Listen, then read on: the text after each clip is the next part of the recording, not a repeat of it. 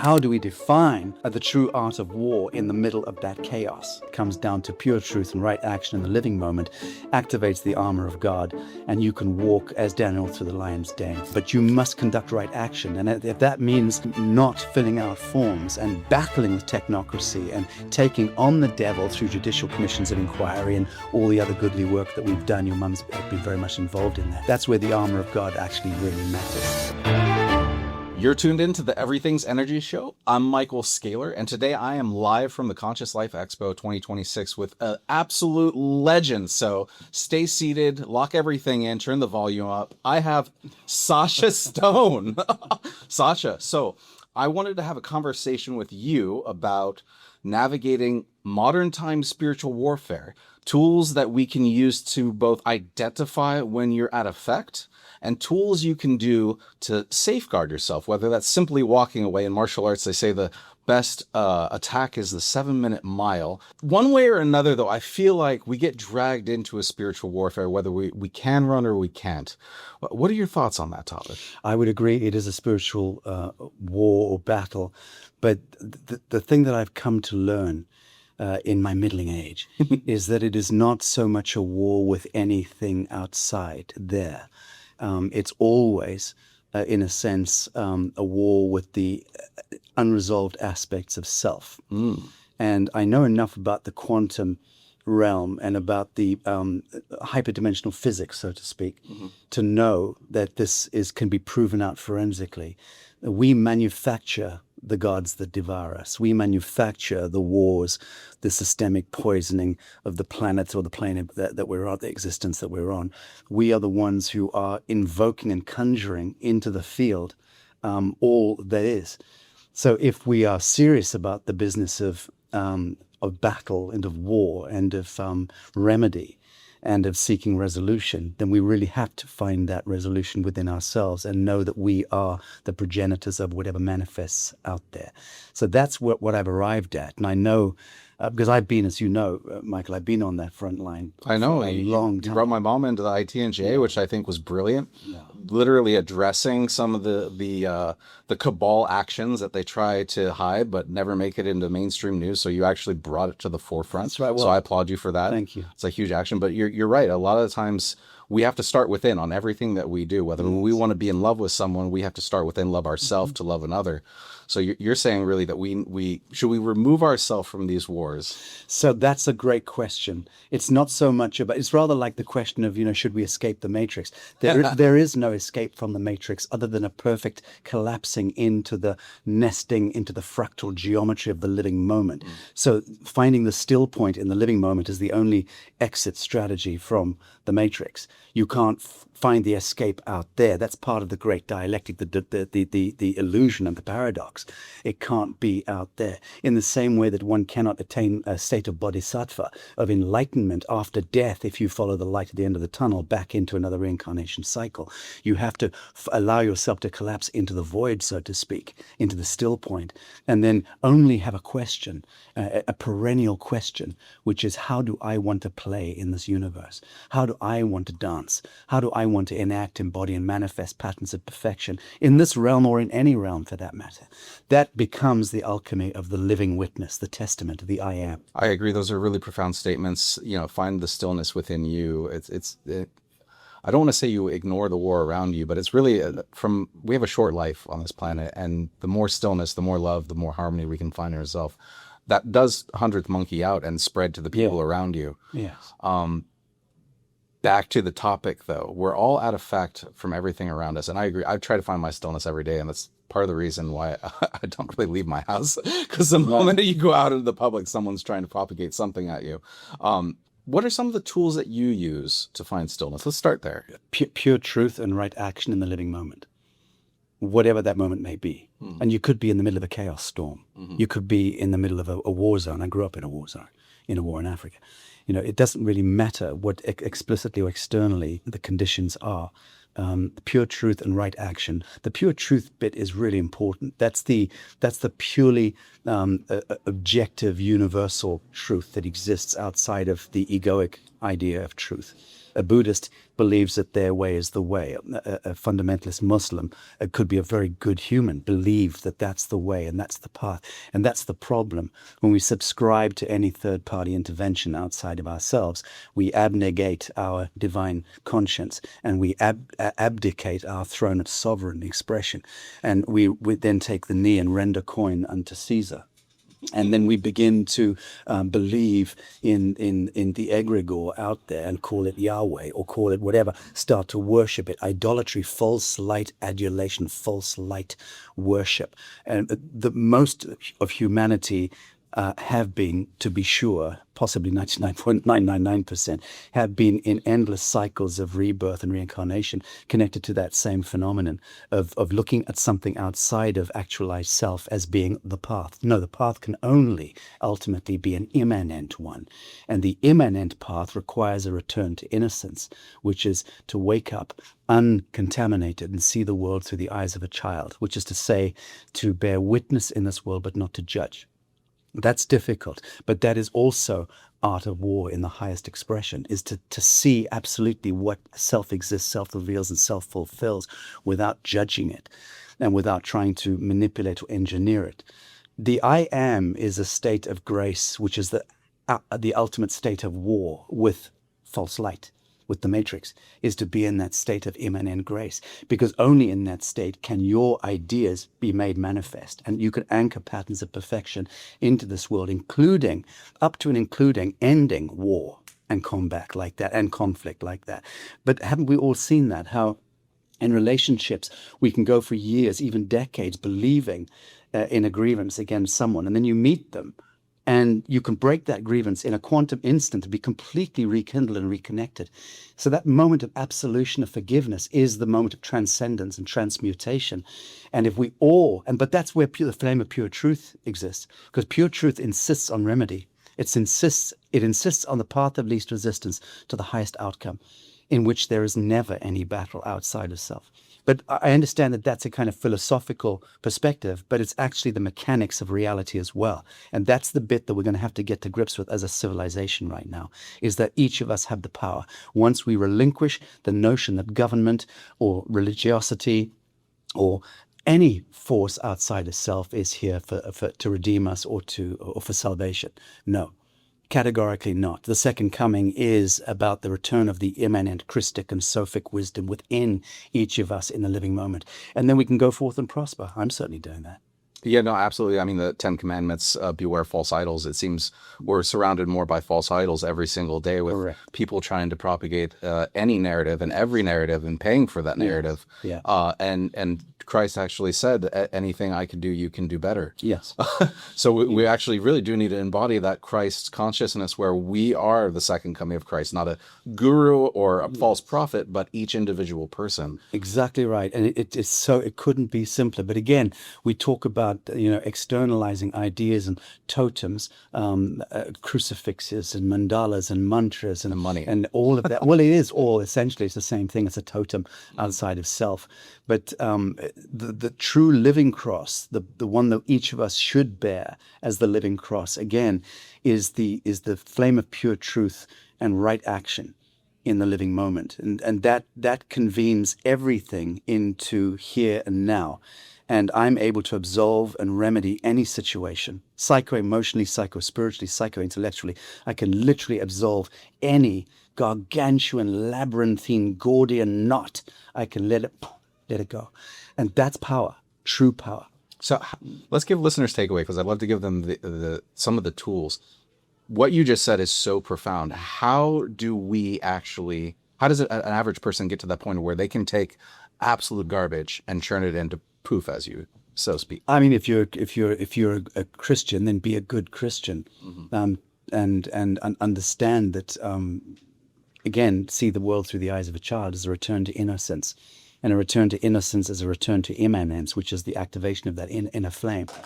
At a practical level, one has to also understand that the business of rendering coin to Caesar is about how you register your babies at birth and how you register your tractor and your farm animals to the state or to the crown. So that's a sacrifice of innocence. That's Canaanite ritualism, totemistically. And we do it all the time. So billions of times a day, that the false light transactions that humans are caught up in are literally abdicating the divine kingdom and rendering it unto Cronus, the crown, the titan that devours its own young. Surprise, surprise, that cascades down into the Epstein files in 2026, where endemic ritual satanic abuse and pedophilia have been the cornerstone of our psycho-civilizational wheel. That's why it's all coming to pass right now. That's called revelation. That's the grace of God. That is immanence, the return of immanence. Do you think we'll bring it home to the kind of current topic of Epstein? What do you think is going to happen with that?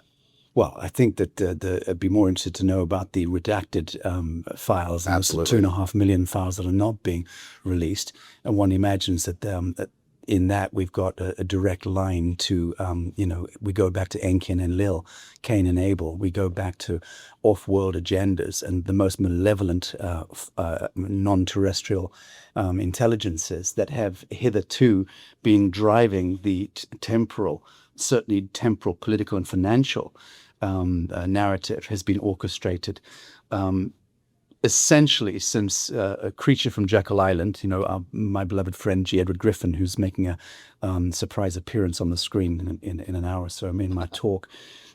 He outed that a long time ago, but the Khazarian mafia that are controlling the entirety of planetary wealth and transactions through global banking. And global banking is global government. So every government, or should I say privately owned corporation masquerading as a government out there, are the asset base and the collateral behind the globalist agenda. So the Central Bank of Rwanda, the Central Bank of Botswana, the Central Bank of Ecuador, the Central Bank of U.S. Treasury, they are all the asset base. And what is the collateral that those central banks are holding? The very papers that you offer up when you register your tractor or your baby. Those become the registrations of land and the titling. All of that stuff is securitized. The securitization and collateralization of human will, human time and motion, our life force, good humans. That's called sacrificial harvest of humanity. So at a monetary level, every time we pay taxes or fill out a form with block black capital letters, we are paying into the kingdom of the devil. We are performing Saturnian ritualistic magic, and it's dressed up as normalcy. That's what's terrifying about it. But that's why we have a war economy, a blood economy. That's what allows a Khazarian mafiosi to emerge and a Sabbatean Babylonian priesthood to emerge in recent centuries and to take complete thrall over humanity and control not just the transactions and the monetary flow, but the hyperdimensional surveillance that comes from extraterrestrials keyed into the Sabbatean basement, the Vatican, the Pentagon, and the NSA, and then Mossad, and CIA, and so on and so forth, MI5, MI6.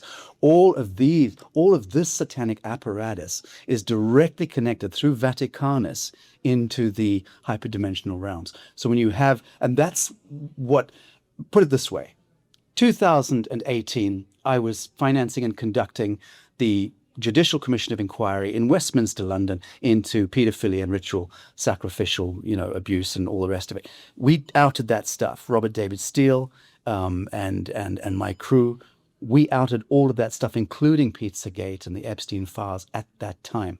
That was 8 years ago, almost 9 years ago. It doesn't seem like that long ago, but it was. It was a long time ago. But now I'm saying my function has always been to see around the corner, at least 7 years. And I'm saying now that with the release this week of the X-Files, that is Trump's latest distraction, throw the dog a bone, which is great, terrific. But that in tandem with what is redacted and hidden in the sequestered Epstein files is connected, I guarantee you, to off-world intelligences and Majestic 12 and so on and so forth, and how since the inception of this particular evil, which was connected to Oppenheimer and Einstein, triggering the splitting of the atom, atomic bombs going off. Send a signal into space. Well, it has a hyperdimensional flare that was set out. And that was a permission being granted to very, very low frequency neighbors in the galactic plane to now come into the temporal realm and seriously fuck with us, which they did. Yeah. And so the modern deep state and satanic Canaanite ritualistic civilizational basement that's being unearthed through the Epstein files is a testament to that travesty and that calamity. So we have to remedy that. We have to heal that time loop civilizationally. So how do we do it in a world which is an orchestra of chaos? Because right now it's moving from chaos, exponential chaos, to exponential chaos. And the Feels question, good, yeah. yeah, and I think the question you're asking very nobly is, how do we define the true art of war in the middle of that chaos? Precisely. And again, I will say it comes down to pure truth and right action in the living moment, activates the armor of God, and you can walk as Daniel through the lion's den with the armor of God. But you must conduct right action. And if that means, not filling out forms and battling with technocracy and taking on the devil through judicial commissions of inquiry and all the other goodly work that we've done, your mum's been very much involved in that. That's where the armor of God actually really matters. But I'll tell you this much. You drop that armor of God for one instant, you'll catch a bullet. It seems like that these days. They're just kind of gunning for anyone that, like you or my mother, the truth seekers out there. They're trying to find ways to infiltrate the communities. They'll talk ill of you. They'll spread lies. This deep state cabal tactics of don't look at them, they're bad people kind of thing. It's constantly like that. Unfortunately, we've all gone through it, and that's really the thing too. Is not cowering to the propaganda. Just stand in your truth, as you say. Yes. Because at the end of the day, it doesn't matter what lie someone says about you. No. It matters what people believe. Well, it matters to them what they believe. It certainly doesn't matter to me. I mean, I would also argue, and I get into kind of some psycho-intellectual gymnastics here, and I appreciate that not everyone agrees with this, but I do believe we're also moving into an age that needs to evolve beyond a belief, beyond hope and beyond faith and beyond trust. So what does that look like? It looks like pure ownership of one's own existence. It looks like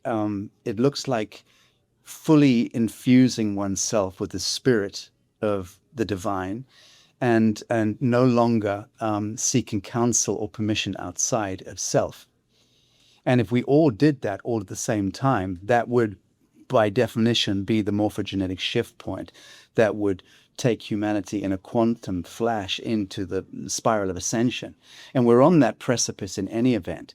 All the work that we're variously doing in biomedical, vanguard research and disclosure and truthing and, all of this stuff, we're all peering through the veil, the Hermes veil. We're all seeking to breach that veil that has sequestered us from divinity.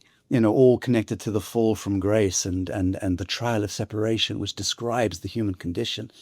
But the fact of the matter is that that alchemy will not be brought to bear through a priesthood outside of self. It must be a reckoning with the relationship that you have with self. Each of us have to. So what it looks like is a return to true relationship with self, which is the I am, which is I chose to steer myself, my aspect of soul, into this temporal realm at this time.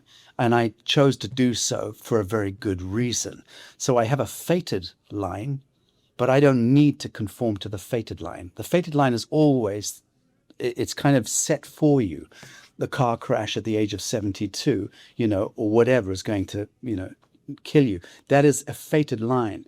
But we have divine will and the capacity in this temporal realm to elevate that so-called timeline out of the fated line into a destined one of our choosing.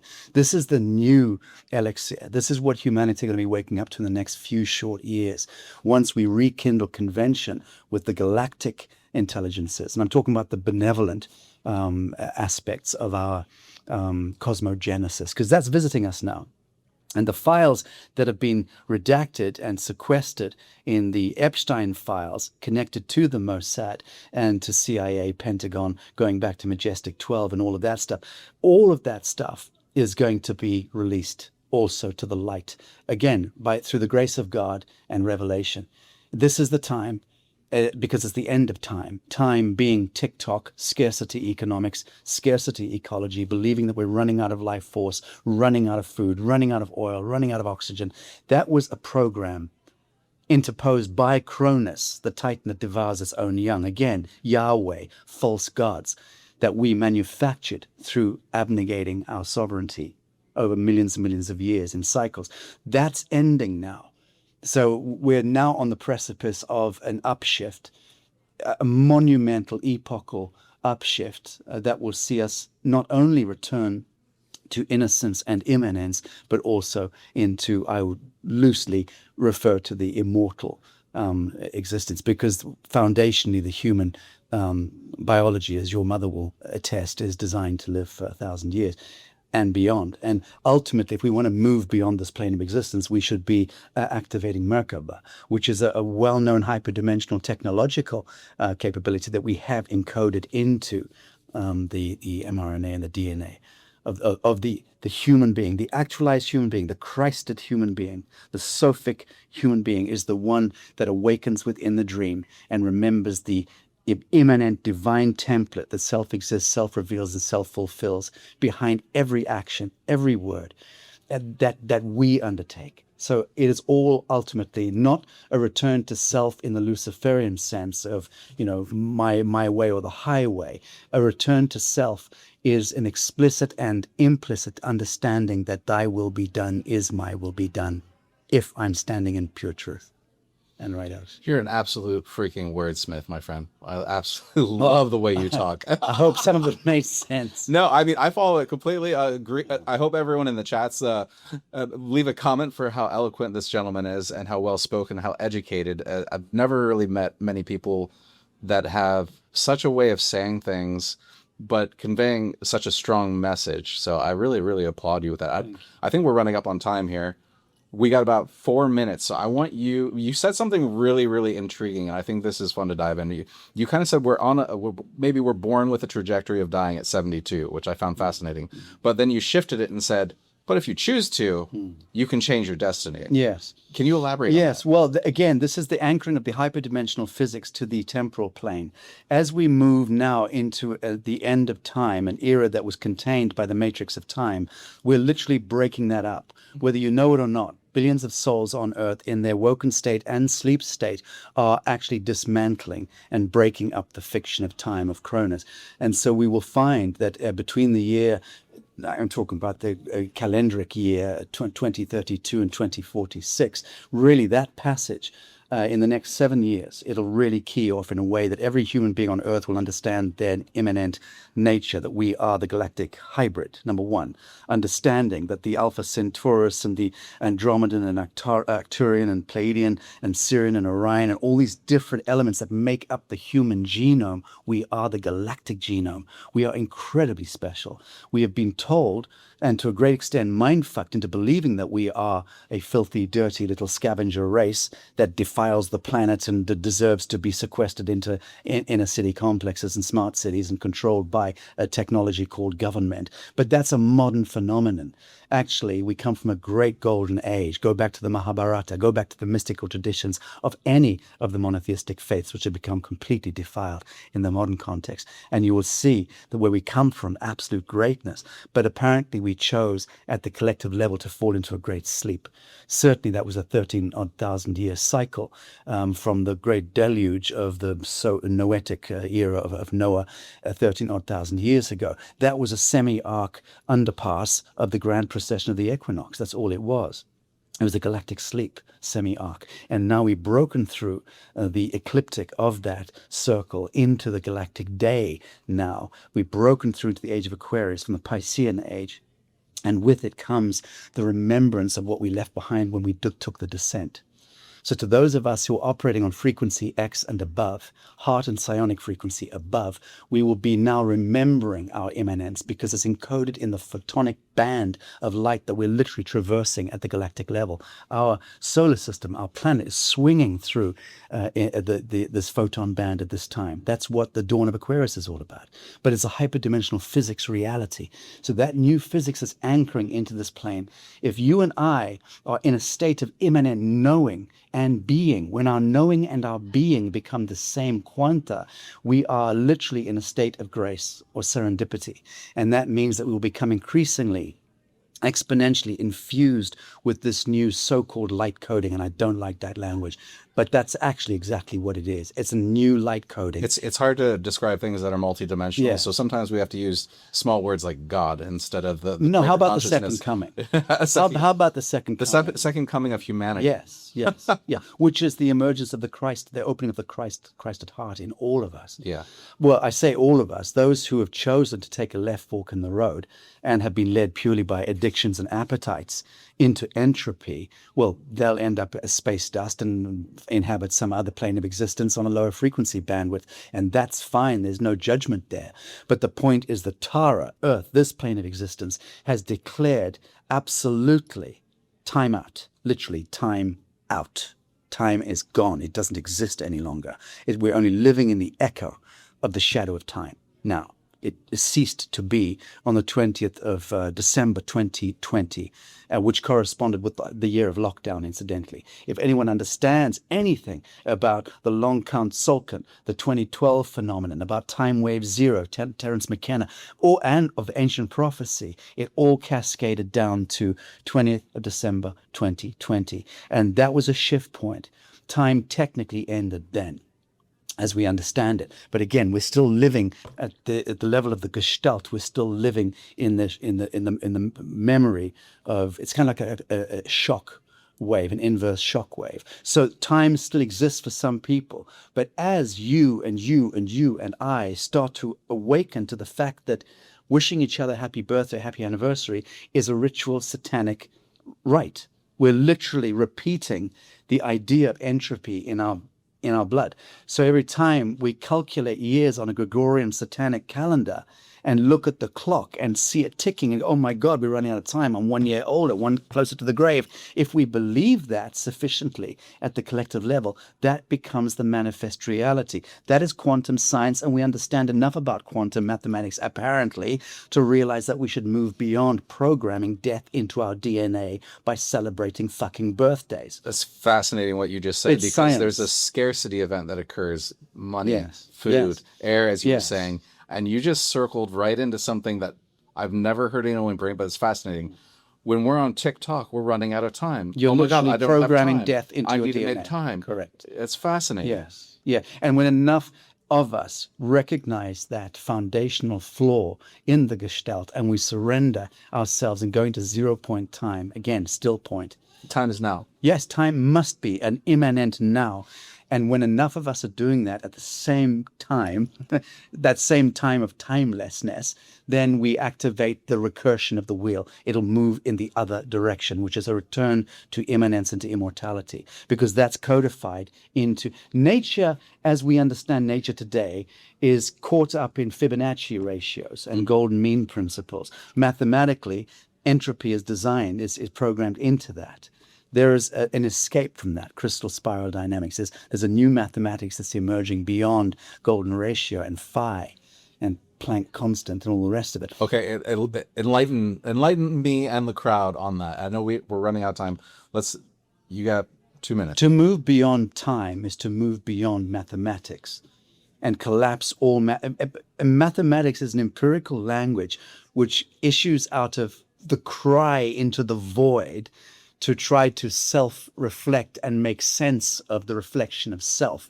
That's how mathematics emerged in the void, so to speak. So this plane of existence is predicated on mathematics, but it's got entropy built into it. Trust me, I spent most of last year in Africa, and I traveled across the continent 3 times in the last year on road and in the bush.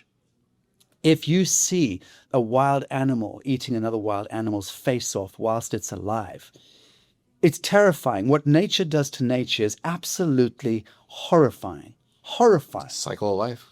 That's what we say. So we just put a moniker on it and we walk away. No, it's an abomination. Any sufferance is an abomination.